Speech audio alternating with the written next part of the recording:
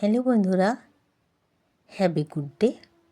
সুপর্ণা রান্নাঘরে সকলকে স্বাগতম। আজকে খুব ছোট্ট একটা ভিডিও, অফিস টাইম। খুব তাড়াতাড়ি করে ভিডিওটা করছি। সর্ষের তেল কড়াইতে দিয়ে দিয়েছি।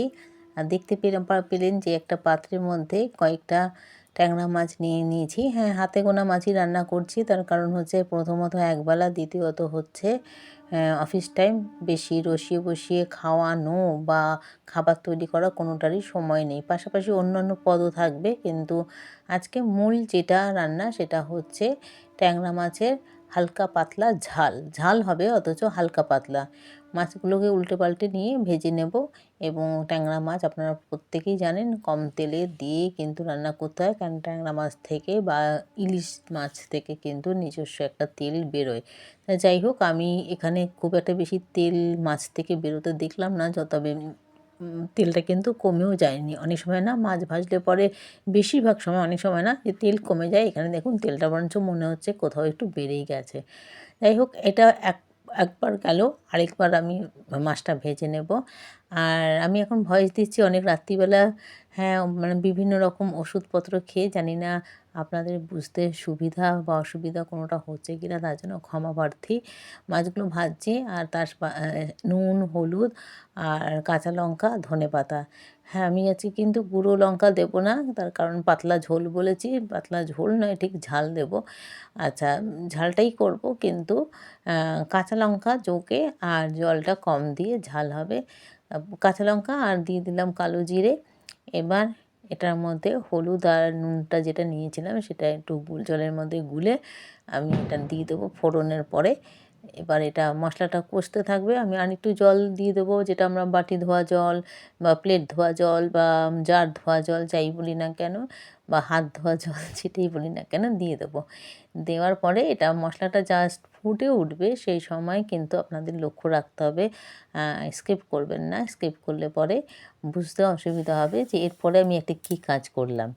আপনারা যদি ভাবেন যে বলবো না, বলবো ঠিকই, এই যে দেখিয়ে দিচ্ছি। আমি হাফ চামচের মতন, বা এই ছোটো টিস্পুনগুলো যে হয়, তাতে 1 চামচ কিন্তু ধনে গুঁড়ো দিলাম। এই যে ধনে গুঁড়োটা দিলাম না, এটা রান্নাটা আপনারা কোনো সময় রুই, কাতলা, যে কোনো মাছ, ইলিশ মাছ বাদ দিয়ে যে কোনো মাছে একটু ধনে গুঁড়ো যদি দেন, রান্নার কিন্তু স্বাদ অনেক বেড়ে যাবে। আমি কিন্তু দেখুন টমেটো ফমেটো কিচ্ছু দিই না, আপনারা সবসময় লক্ষ্য করে রাখবেন, তবুও কিন্তু কালার বা রং, স্বাদ, গুণ সবই কিন্তু বজায় থাকে। আমি মাছের তেলে যাতে মাছের গন্ধটা করে সেইভাবেই কিন্তু, আসতে নয়, মাছের একটা ফ্লেভার থাকে সুন্দর, সেটা যেন আসে, সেই চেষ্টাটা করে আমি অন্যান্য কোনো কিছু দেওয়ার চেষ্টা করি না। এবার এটাকে, মশলাটাকে যথার্থভাবে যেভাবে কষিয়ে নিলে পরে রান্নাটা ঠিকঠাক থাকবে। আচ্ছা, যেহেতু জিরে টিরে নেই, তার জন্য গন্ধ করার মতো কিছু নেই, শুধু হলুদের গন্ধটা একটু মজিয়ে নেওয়া। একটু জল দিয়ে দেবো, আর পাশাপাশি এটাকে ঢাকা দিয়ে আমি কিন্তু জলটাকে মজিয়েও নেব। তার কারণ হচ্ছে অফিস টাইমের রান্না মানে 10-15 মিনিটের মধ্যে একটা ডিশ নামিয়ে ফেলতে হবে, না হলে হবে না। শীতকাল সবই দেরি হয়, জল গরম করে রাখলে পরেও সেই জল ঠান্ডা হয়ে যায়। আর গ্যাস কমানো বাড়ানো দুভাবেই রান্না করতে হবে, কখনো কম আঁচ, কখনো বেশি আঁচ। এবার পুরো তেল ছেড়ে গেছে, এবার আমি এর মধ্যে কিন্তু যতটা পরিমাণ আমি জল দিতে চাইবো ততটা পরিমাণ আমি জল দেব। চাইলে আর একটু কমও দিতে পারতেন, কিন্তু আমি এইটুকু জল রাখবো, কারণ মাছটা ফুটতে দিতে হবে। এবার আমি এটাকে, জলটাকে ভালো করে ফুটানোর জন্য আমি ঢাকা চাপা দিয়ে দেবো। ঢাকা তুলেছি পরে, যে পুরো ধোয়া ধোয়া হয়ে গেছে। এবার দেখতে পাচ্ছেন কীরকম টকবক করে ফুটছে। এই টকবক ফোটাটা যখন একটু, মানে ঢাকাটা সরানোর পরে ঠান্ডা শীতল বাতাস যখন এর মধ্যে প্রবেশ করবে, তখন একটু ধোঁয়াটা কমে যাবে, আর মাছগুলো দিয়ে দেবো। আপনারা কে কোথা থেকে দেখছেন কমেন্ট করবেন। আপনাদের বাড়িতে এরকম পাতলা ঝোল করলে কী দিয়েন? আমি যেরকম দিয়েছি ধনে গুঁড়ো, আপনারা আর কি দেন? আর ট্যাংরা মাছের সাথে আর কি যা আমি জানা নেই, তবে অনেক সময় অনেক কিছু দিয়ে রান্না হয়।